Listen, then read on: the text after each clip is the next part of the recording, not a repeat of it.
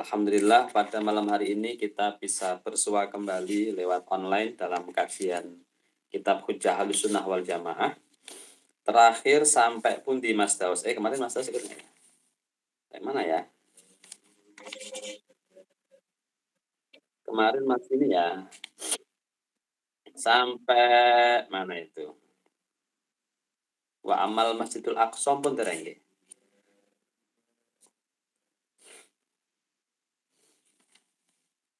Oh sudah. Berarti sampai nih.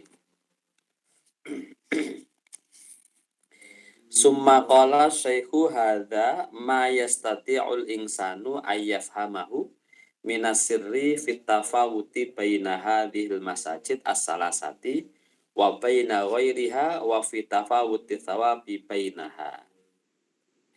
Jadi kemarin itu dijelaskan berkaitan dengan kemuliaan 3 masjid yang disebutkan dalam hadis Nabi. Pertama, Masjidil Haram, yang kedua Masjid Nabawi, yang ketiga Masjid Aqsa. Ini sekaitan dengan hadis Rasul yang menyebutkan la tusaddur rihal illa salasati masajida. Janganlah engkau melakukan perjalanan jauh dengan tentu ilustrasinya dengan kesulitan, dengan memaksakan diri gitu, nggak boleh kecuali kalau tujuannya adalah menuju satu di antara 3 masjid ini. Nah, hadis itu dipakai oleh kelompok-kelompok yang sejak awal melarang ziarah kubur sebagai dasar untuk melarang berziarah ke makam Rasulullah karena dianggap tidak ada dalilnya. Yang boleh ya 3 tadi itu, selain itu tidak boleh kan gitu. Nah, kemudian Mbah Ali memaparkan satu ilustrasi hujah bahwa kalau masjidnya saja itu boleh diziarahi, boleh dikunjungi meskipun dengan satu proses perjalanan yang jauh dan sulit gitu ya. Mestinya gitu ya, apalagi makamnya Rasul. Kenapa? Karena azmatul masajid, kemuliaan Masjid Nabawi misalnya, tentu disebabkan oleh kemuliaan Rasulullah kan gitu. Enggak, kalau dikembalikan lagi, kenapa 3 masjid tadi boleh dikunjungi dan bukan hanya boleh tapi dianjurkan begitu? Karena di dalamnya itu terdapat keutamaan-keutamaan yang tidak dimiliki oleh masjid-masjid yang lain. Nah gitu. Yang paling tinggi itu Masjidil Haram gitu ya. Masjid yang ada di kota Makkah. Dia menjadi Baitullah, oh my Gusti Allah gitu. Maka kemudian mereka yang mengerjakan sholat di dalamnya memiliki keunggulan yang kalau dikonversi dengan masjid di luar Masjidil Haram, di luar masjid yang 2 juga itu, maka selisihnya adalah mi'atu alfi sholatin, ada selisih 100.000 poin gitu ya. Nah, yang kedua itu Masjid An-Nabawi. Ini selisihnya. Ini juga mulia itu. Kenapa mulia? Karena dia merupakan satu masjid yang memang dibangun oleh Rasulullah, dijadikan tempat di mana beliau bertetangga dengannya begitu. Maka kemuliaannya itu diganjar dengan alfi sholatin fi siwahu. Selisih 1.000. Kalau tadi 100, 1.000, ini 1.000. Nah, Masjidil Aqsa sebagai masjid yang ketiga yang juga punya nilai sejarah religiusitas, itu nilainya ketika dikonversi dengan masjid-masjid lain itu adalah khamsumi'ah, 500 gitu ya, 500 itu. Karena kemuliaan inilah kemudian ada yang 100.000, 1.000 sampai 500 tadi, maka melakukan perjalanan jauh dalam rangka mengunjungi masjid-masjid tadi itu diperbolehkan. Nah gitu. Iku napa jenenge penjelasannya begitu. Nah, bagaimana kemudian mengunjungi makam Rasulullah? Tentu kalau berpijak kepada satu kerangka fikir bahwa kemuliaan masjid-masjid tadi tidak lepas dari dakwatul Rasul, tidak lepas dari profilnya Kanjeng Nabi, maka tentu sebenarnya mengunjungi makam Rasulullah, menziarahinya merupakan sesuatu yang lebih utama karena kalau diibaratkan sumber kemuliaan masjid-masjid tadi itu adalah Rasulullah. Lah kalau sesuatu yang disebabkan saja itu menjadi mulia dan boleh dikunjungi, apalagi yang menjadi penyebabnya, nah gitu. Pun. Wal na'ud mongko becik bali sapa kita ilal kalami maring pembahasan. Ma'al mani'ina sertane wong kang mencegah kabeh. Ziaratahu ing menziarahi Kanjeng Nabi sallallahu alaihi wasallam. Fanaqulu mongko ngucap sapa kita lau fahimna. Lamun to paham sapa kita.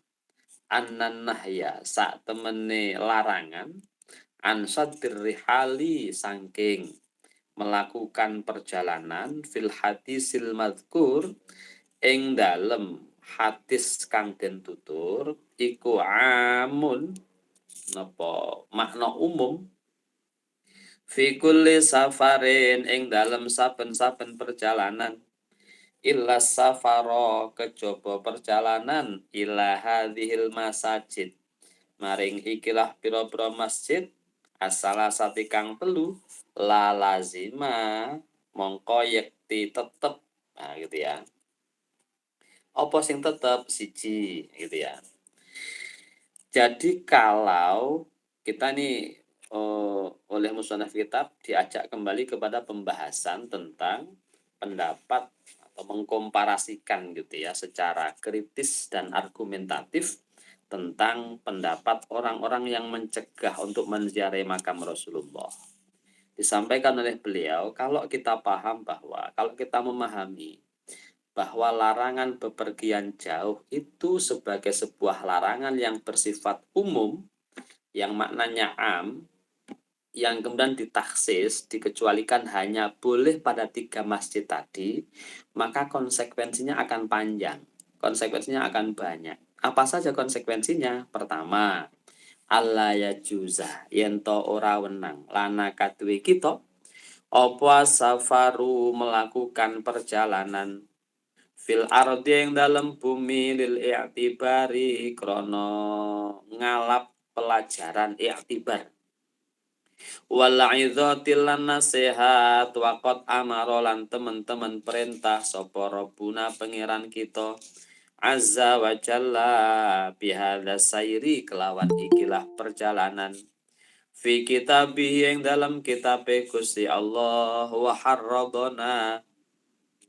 lan mendorong sapa Allah ing kita fi ghairi ayatin ing dalam sakliyane ayat siji min kitabihi sangking kitab Rabbuna.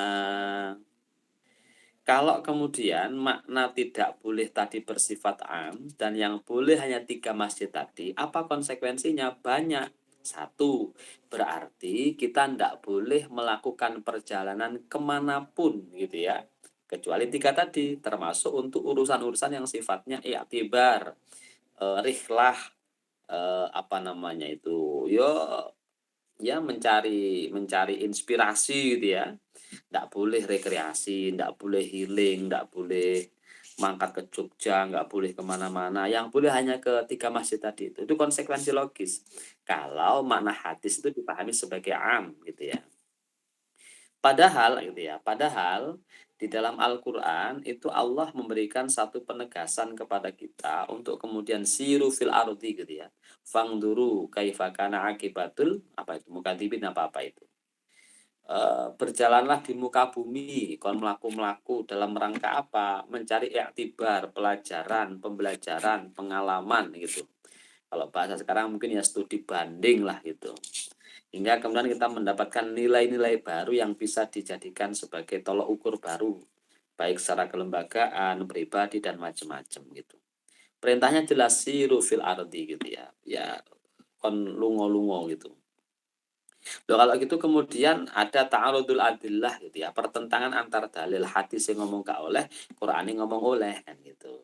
Maka memahami hadis tadi dengan makna am dalam arti kabeh ra oleh sing oleh mung telu kuwi adalah pemahaman yang di luar konteks nah, gitu. Hanya dijelaskan itu. Yang kedua, konsekuensinya. Wa alla nusafiro lan yen ora budalan lunga sapa kita Lisilati arhamina maring nepung sanak sedulur kita, nepung saudara kita. Idza kanu nalika ana sapa arham iku bijihatin ing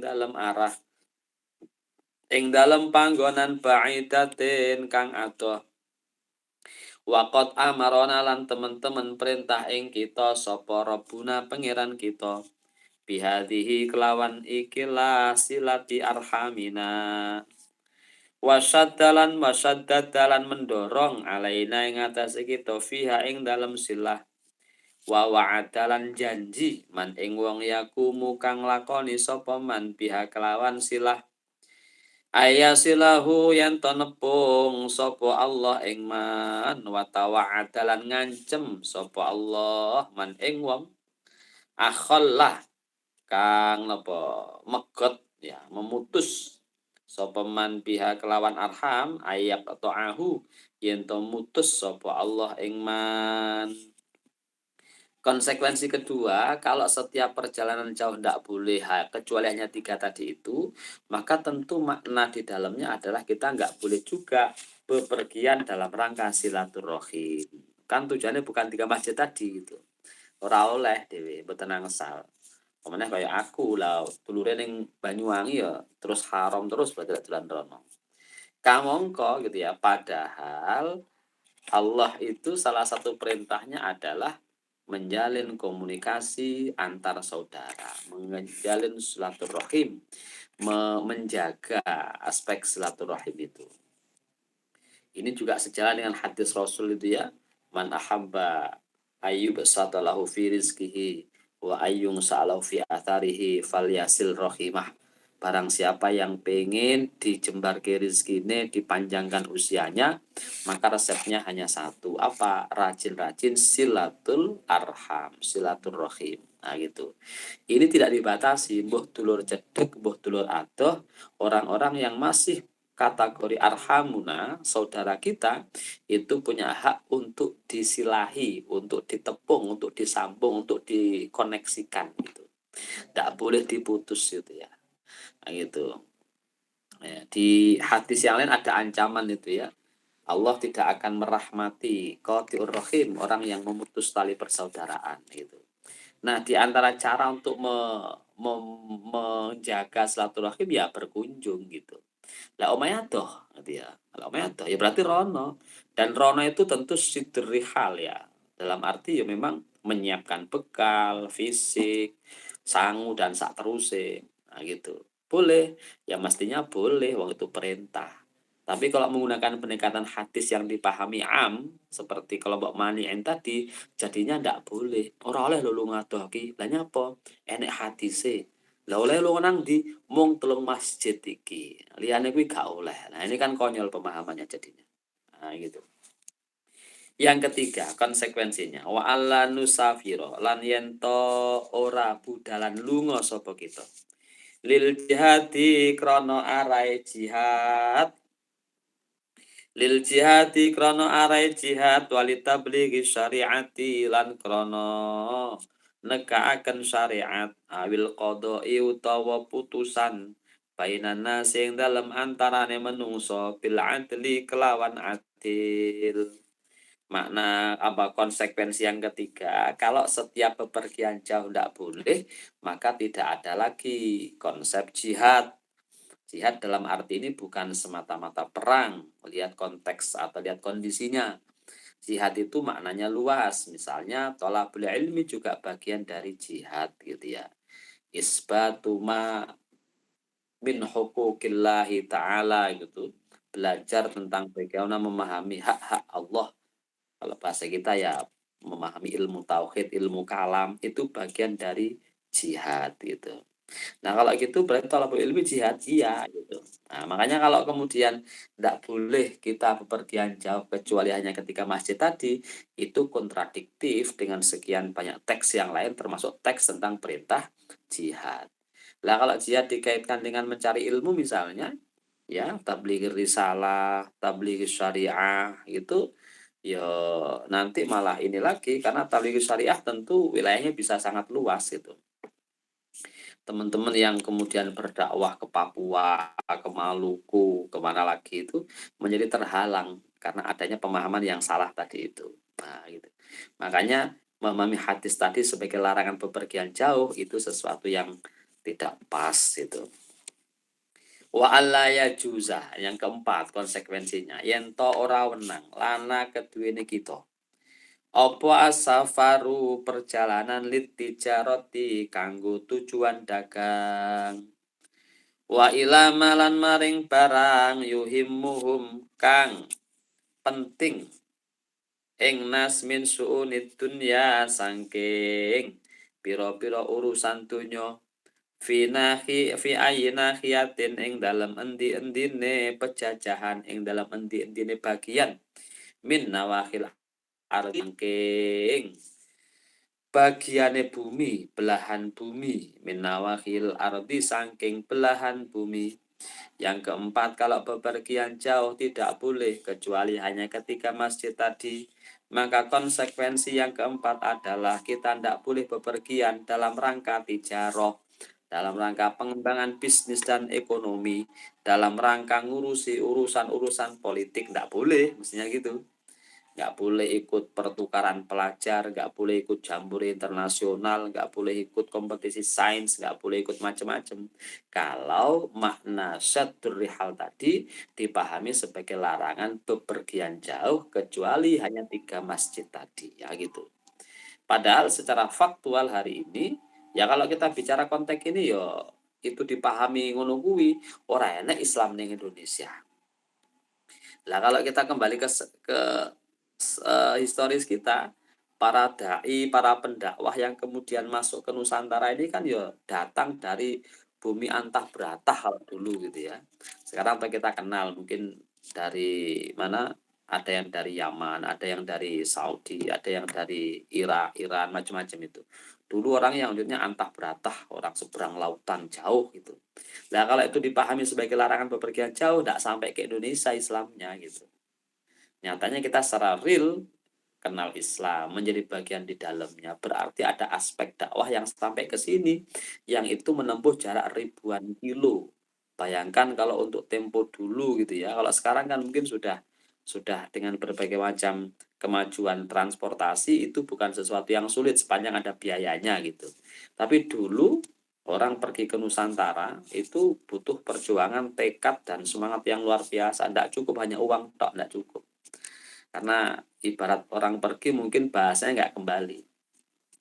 Jangankan itu gitu ya, orang haji dulu yang dari Indonesia ke sana yang istilahnya tujuannya jelas hanya satu, fokus haji tok. Itu berangkatnya udah ditangisi. Karena durasi waktu yang panjang hampir setahun gitu ya. Berangkat di sana dalam kondisi yang mungkin beda dengan geografis Indonesia, pulang lagi itu berapa bulan, nyampe rumah itu sesuatu yang luar biasa. Maka ketika berangkat ditangisi, ibarat coro wafat teng riko wis tego gitu ya, wis lunga dianggap kaya ajeng budal wafat nih kok. Jauh-jauh gitu.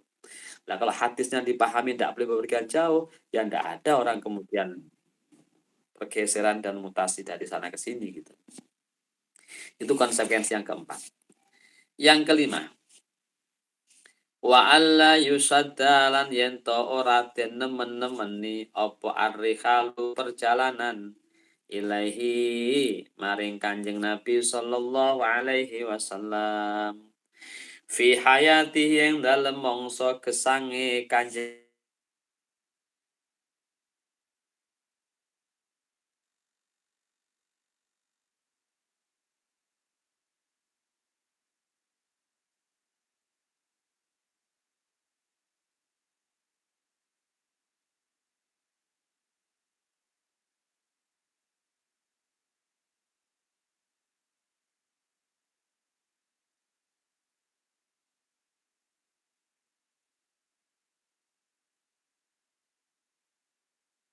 mendorong ing wong kaum ngoten nggih ala zalika ing atase mengkono-mengkono perjalanan illa hubbu liqaihi kejaba rasa demen ing Kanjeng Nabi wa ziyaratihi lan ziarahi Kanjeng Nabi wa tabarruki lan ngalap berkah bil wujudi kelawan wujud fi hadratis syarifati ing dalem hadir kehadiran kemuliaan ing dalam kehadiran kemuliaan. Konsekuensi yang kelima, kalau memang melakukan perjalanan jauh itu dilarang, ini bertentangan dengan fakta di mana banyak para utusan, baik itu secara resmi maupun pribadi, datang menjumpai Rasul yang mereka datang min anha'il ardi, dari sekian banyak belahan bumi saantero dunyo, gitu. Tentu dalam konteks ini ya waktu itu kita menyebut misalnya wilayah-wilayah yang nopo jenenge mengirim utusan ketemu Rasul, ada orang-orang jauh yang tinggalnya tidak dengan Nabi tapi pengen ketemu Nabi gitu. Itu banyak yang datang itu. Lam yab'athum yang itu tidak didorong kecuali oleh rasa cinta mereka untuk ketemu Rasulullah Shallallahu alaihi wasallam gitu. Artinya apa? Melakukan perjalanan jauh, mengupayakan dalam bentuk kesungguhan, sangu, capek dan macam-macam itu boleh. Itu boleh itu. Termasuk gitu ya, upaya-upaya tadi yang dilakukan dalam rangka menziarahi Rasulullah Shallallahu alaihi wasallam gitu. Sesuatu yang sangat dianjurkan itu. Wa kana lan ana sapa Kanjeng Nabi sallallahu alaihi wasallam iku yara ningali sapa Kanjeng Nabi hadza ing ikilah keterangan melihat niku sekian banyak orang melakukan perjalanan mengunjungi beliau sowan kepada beliau wa yukirruhu lan netepake sapa Kanjeng Nabi ing hadza wa yukiruhu lan netepake sapa Kanjeng Nabi ing hadza. Yukiru itu artinya menetapkan dalam arti ora kok kemudian Nabi membuat ketetapan boten, tetapi kalau kita kembali ke makna takrir itu ketika Nabi mendiamkan saja itu menjadi pertanda bahwa yang beliau diamkan itu boleh gitu. Dalam konteks hadis atau sunnah itu namanya hadis atau sunnah takriri, sesuatu yang dilakukan oleh orang lain di masa beliau, beliau tahu akan hal itu, beliau tidak melarang pun tidak memerintahkannya. Maka makna dari diamnya beliau itu disebut sebagai ikrar ya, penetapan. Maka namanya hadis takriri, tidak dilafadzkan dengan satu kalimat tertentu, tetapi secara faktual itu Nabi tidak melarangnya pun tidak memerintahkannya. Berarti boleh. Lho kok ngoten nggih? Karena kalau sesuatu itu tidak boleh, Rasul pasti akan mencegahnya gitu. Karena Nabi itu ketika melihat sesuatu yang memang secara hukum tidak boleh, Rasul akan melarang itu. Tapi kok mendiamkannya berarti boleh gitu. Yang populer itu aklud dob ya, makan biawak gitu ya. Itu yang dalam hadisnya itu. Dalam satu perjalanan ke satu wilayah niku Kanjeng Nabi berkemah bersama sahabat, kemudian sahabat niku cara sakniki mayoran lah gitu ya, nemu biawak, biawak gurun pasir, kemudian dicekel, dimasak gitu. Nah, saat itu Rasul tahu, bahkan wakilan itu disuguhi, tapi beliau tidak akan sadar. Hanya kemudian beliau tidak melarang sahabat-sahabat itu untuk mengkonsumsinya. Maknanya apa? Berarti dok tadi boleh gitu. Karena umpama itu tidak boleh, pasti Rasul melarangnya. Persoalan kemudian beliau boten kerso, itu mungkin alasannya sifatnya yang lain. Tapi sikap diamnya beliau, sikap membiarkannya beliau terhadap aktivitas ini, itu dijadikan dasar bahwa itu adalah sesuatu yang boleh. Itu.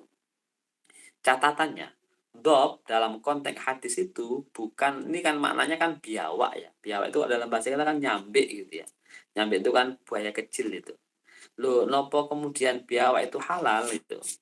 Betul, jadi istilah dob yang ada dalam konteks hadis dan ada di gurun pasir itu dengan makna biawak seperti yang kita pahami di Indonesia itu dua jenis yang berbeda, dua spesies yang berbeda gitu.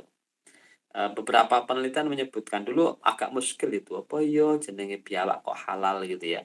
Nah, ternyata itu dua jenis hewan yang berbeda. Hanya penyebutannya mungkin kalau karena kita tidak punya referensi tentang hewan itu yang ada di Indonesia, kita jadi tidak bisa membahasakannya hingga dimunculkan dop itu ya biawak. Nah, biawak dalam konteks kita ketemunya menjadi sesuatu yang sebenarnya beda dengan dop yang ada di Arab tadi gitu. Itu problem bahasa ya. Kadang-kadang bahasa itu ketika masuk dalam proses terjemah, transfer itu mengalami deviasi makna, bukan penyimpangan sih, tapi apa istilahnya itu ya, pemaknaan yang kurang pas dengan entitas aslinya di sana gitu ya. Gitu. Makanya dop di dalam konteks Arab itu ya dop gitu. Itu bisa nggak diterjemahkan biawak dalam konteks Indonesia? Nggak bisa, karena itu dua hal yang berbeda. Dopnya halal, biawaknya tidak gitu. Nanti khawatirnya kalau kemudian dop itu dimaknai biawak dalam arti nyambe, terus sampean cekel, sampean pangan. Dasarnya apa? Hadis takriri ya gitu ya. Jadi beda itu beda. Bal wa yuharridu, balik mendorong sapa Kanjeng Nabi. Alaihi ngatasé napa niku? Alaihi ngatasé safar bima kelawan barang kana kang ana sapa bima kelawan barang kana kang ana apa maiku yusibu. Iku yusibu aweh ganjaran bi kelawan matil kalwufuda ing mengkono-mengkono utusan minal Jawa izi minal Jawa izi sangking minal Jawa izi sangking napa niku Jawa is allati kana kang ana yamnahuhum biha. Kok maknane kosong jane. Wa huwa al-an fi radati syarifati misluhu wa huwa hayyun tamaman. Wa huwa utawi Kanjeng Nabi al-ana ing dalem saiki iku fi raudhatihi ing dalem pertamanane Kanjeng Nabi, ing dalem raudhae Kanjeng Nabi. Asyarifati kang mulya iku misluhu madani Kanjeng Nabi wa huwa Nabi ku hayyun gesang tamaman kelawan sempurna. Faziaratuhu mongko utawi ziarahe Kanjeng Nabi al-ana ing dalam wektu saiki iku la takhtalifu ora beda abadan ing dalam selawase an ziaratihi saking ziarahe Kanjeng Nabi qabla wafatihi. Sadurunge wafate Kanjeng Nabi sallallahu alaihi wasallam. Sallallahu alaihi wasallam. Bahkan dalam beberapa riwayat Nabi itu mendorong gitu ya orang-orang untuk kemudian melakukan satu proses perjalanan dalam rangka mengunjungi beliau, dikasih apa ya namanya itu, mungkin kalau kita ya gift lah sekarang ya, buah tangan gitu ya dikasih gitu. Nah, orang kemudian muskil, loh niku kan biyen ketika Nabi masih hidup, bagaimana dengan sekarang gitu. Nah, dilanjutkan tadi, wa huwa al-ana fi radatihi syarifah misluhu wa huwa hayyun tamaman. Bahwa Rasulullah hari ini meskipun secara fisik kita mengatakan wafat gitu, tapi kita yakin betul beliau niku gesang. Karena Quran juga memberikan satu indikasi kuat gitu ya, bahwa orang-orang yang berjuang di jalan Allah itu la tahsabannalladzina qutilu fisabilillahi amwat bal ahya itu. Jangan engkau menduga orang-orang yang wafat di jalan Allah itu sebagai orang-orang yang amwat, mati dalam arti nggak ngapa-ngapain. Bal ahya, justru mereka hidup gitu ya. Nah, kalau ini kita perbandingkan, orang-orang yang jihad saja itu di dalam sono itu tidak amwat tapi ahya, apalagi Kanjeng Nabi kan itu. Maka wa fi raudhatihi syarifah, beliau ada di makomnya sana, di raudhahnya sana gitu. Ya hayyun tamaman itu ya. Ini Bu.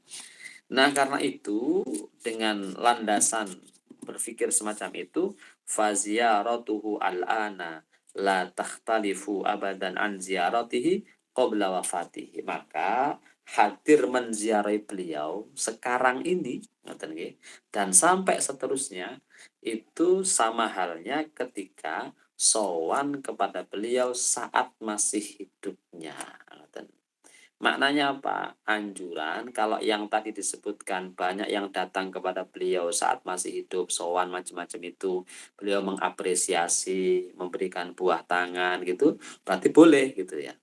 Nah, dengan kerangka pikir bahwa beliau itu ya masih sugeng sampai hari dalam arti bukan mati kemudian seperti yang kita pahami, tetapi hidup dalam dimensi yang lain, maka sowan kepada beliau, berziarah kepadanya sama halnya dengan sowan saat beliau masih hidup. Berarti apa? Sama-sama dianjurkan. Nah, gitu. Ada hadis bungatnya? Ada. Wa nabbaha lan ngilingaken sapa huwaya Kanjeng Nabi sallallahu alaihi wasallam ala dzalika ing atase mengkono-mengkono keterangan. Fi qaulihi dalam dawe Kanjeng Nabi man hajja fazara qabri ba'da wafati fa ka'anna mazaroni fi hayati. Ya niku. Manutawi sapane wangku hajja haji sapa man fazara nuli mengunjungi berziarah sapa man qabri ing makom ingsun ba'da wafati ing dalam sakwise wafat ingsun fakaan nama kaya-kaya sak temene man iku zaroni mengunjungi sapa man ing ingsun fi hayati ing dalam waktu urip ingsun. Rawahu Daruqutni fi sunanihi wal Baihaqi wa Ibnu Asakir. Nah, itu.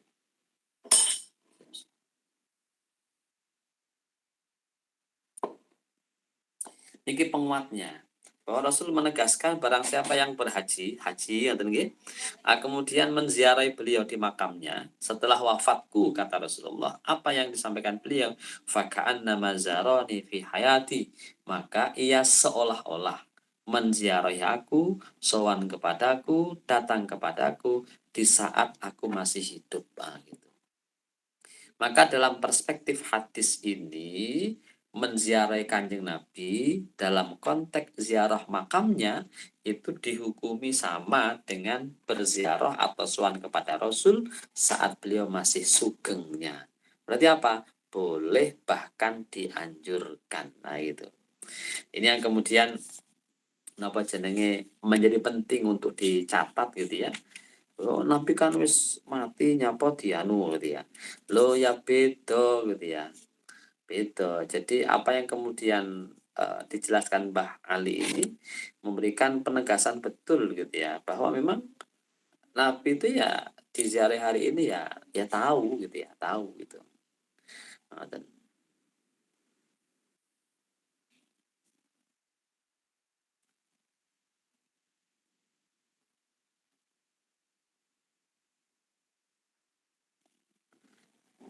kemudian dados niku nggih, dadi itu yang kelima. Nah, maka konsekuensi hukumnya apa?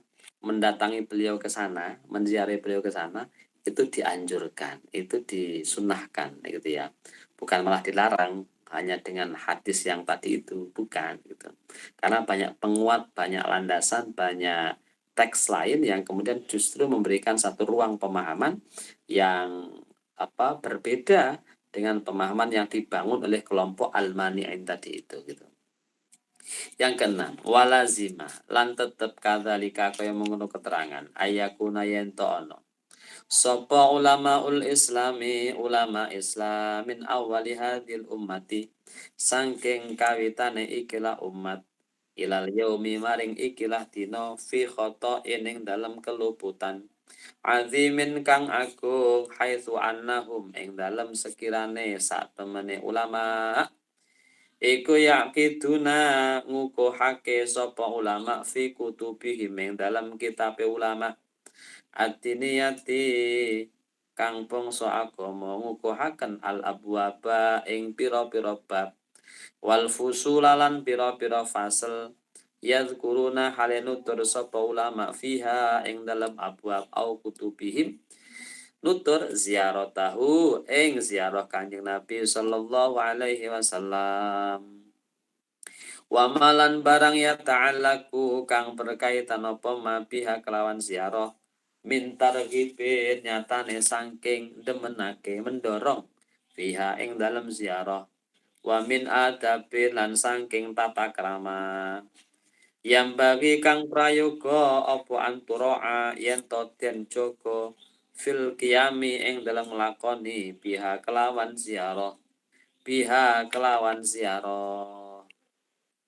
Konsekuensi yang keenam, andaikan pemahaman bahwa tidak boleh melakukan perjalanan jauh kecuali ketika masjid tadi itu dianggap sebagai pemahaman yang benar, yang kemudian punya konsekuensi tidak boleh ziarah makom, tidak boleh mengunjungi nopo-nopo gitu, maka konsekuensi keenam adalah apa-apa yang telah ditulis oleh para ulama sejak era paling awal sampai hari ini yang berkaitan dengan ziarah, yang berkaitan dengan adab ziarah, yang berkaitan dengan macam-macam sing kaitan kali ziarah, niku fi khata'in adim, salah semua kalau gitu. Gitu. Apa iya gitu ya? Kemudian karya-karya mereka yang secara timing itu sudah dibaca, sudah dipahami sekian banyak orang, dipraktikkan sebanyak orang itu fi khata'in adim gitu ya. Apa iya kemudian itu dianggap sesuatu yang salah gitu. Kamongko senyatanya bahwa tradisi praktek berziarah sudah ada sejak dulu. Tradisi praktek ziarah sudah ada sejak zaman sahabat, zaman tabi'in, sampai kepada ulama-ulama setelahnya, hingga pada kiai-kiai kita. Mereka pun menuangkan ragam karya berkaitan dengan hukum ziarah, ziarah makam Rasul, fadilahnya, dorongannya, dan macam-macamnya itu dalam berbagai karya dan kitab mereka. Ditulis dalam bab-bab yang tebal, ditulis dalam bentuk fasel-fasel gitu ya. Lah kalau kemudian itu semua dianggap ziarahnya dianggap salah, semua dianggap batil, ya berarti karya itu juga batil gitu. Karena hum itu nafi kutubim ad-diniyah niku, mereka telah mengikatkan, menetapkan atau menuliskan lah gitu ya, rangkaian pendapat berkaitan dengan kebolehan bahkan dianjurkannya ziarah. Loh, lah kok tiba-tiba dianggap salah? Apa konsekuensinya? Berarti pendapat ulama yang wakeh nih wow, mulai era awal sampai era kekinian ini salah kabeh. Semua salah gitu ya. Sing bener sapa? Sing bener wong sing kuwi mau. Apa iya? Gitu ya. Jadi itu pertanyaannya, apa iya gitu. Apa iya? Nah, ulama sekali para sahabat tabi'in, Imam Madzhab gitu ya, terus ulama-ulama salafus sholih, Al-Ghazali, Asy-Syatibi dan seterusnya.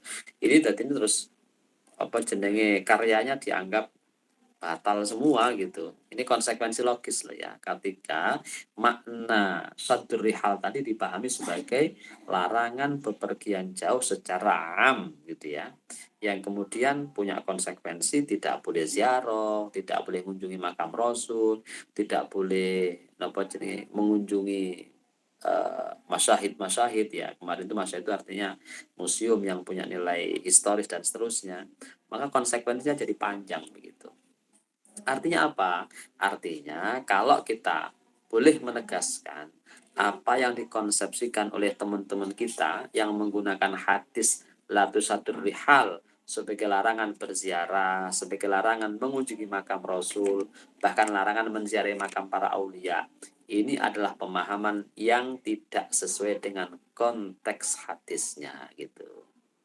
Ya, memaksakan pendapat dengan mengambil dasar hadis yang sesungguhnya tidak bicara tentang pendapat mereka. Dan uniknya disampaikan Mbah Ali kemarin, lagi-lagi hampir seluruh karya yang bicara tentang mani'in li ziyaratil kubur, hadis senggih niku only one, single mainnya gitu. Nah, ini apa konklusinya? Berarti kalau dari sisi adillatul ahkam, apa yang disampaikan kelompok-kelompok ini lemah gitu ya, lemah itu. Karena kalau ditabrakkan dengan dalil yang lain, banyak dalil yang mendorong, banyak dalil yang mendukung, banyak dalil yang menguatkan untuk melakukan ziarah, melakukan kunjungan makam Rasul. Ya tentu saja termasuk ketiga masjid yang disebutkan secara teks dalam hadis tadi gitu. Ini kesimpulannya nggih. Nanti kita lanjutkan kembali. Saya kira demikian pertemuan kita malam hari ini. Terima kasih. Mudah-mudahan ada manfaatnya. Wal afamikum. Wallahul muwaffiq ila aqwamit thoriq. Assalamualaikum warahmatullahi wabarakatuh. Waalaikumsalam warahmatullahi wabarakatuh. Terima kasih. Sama-sama.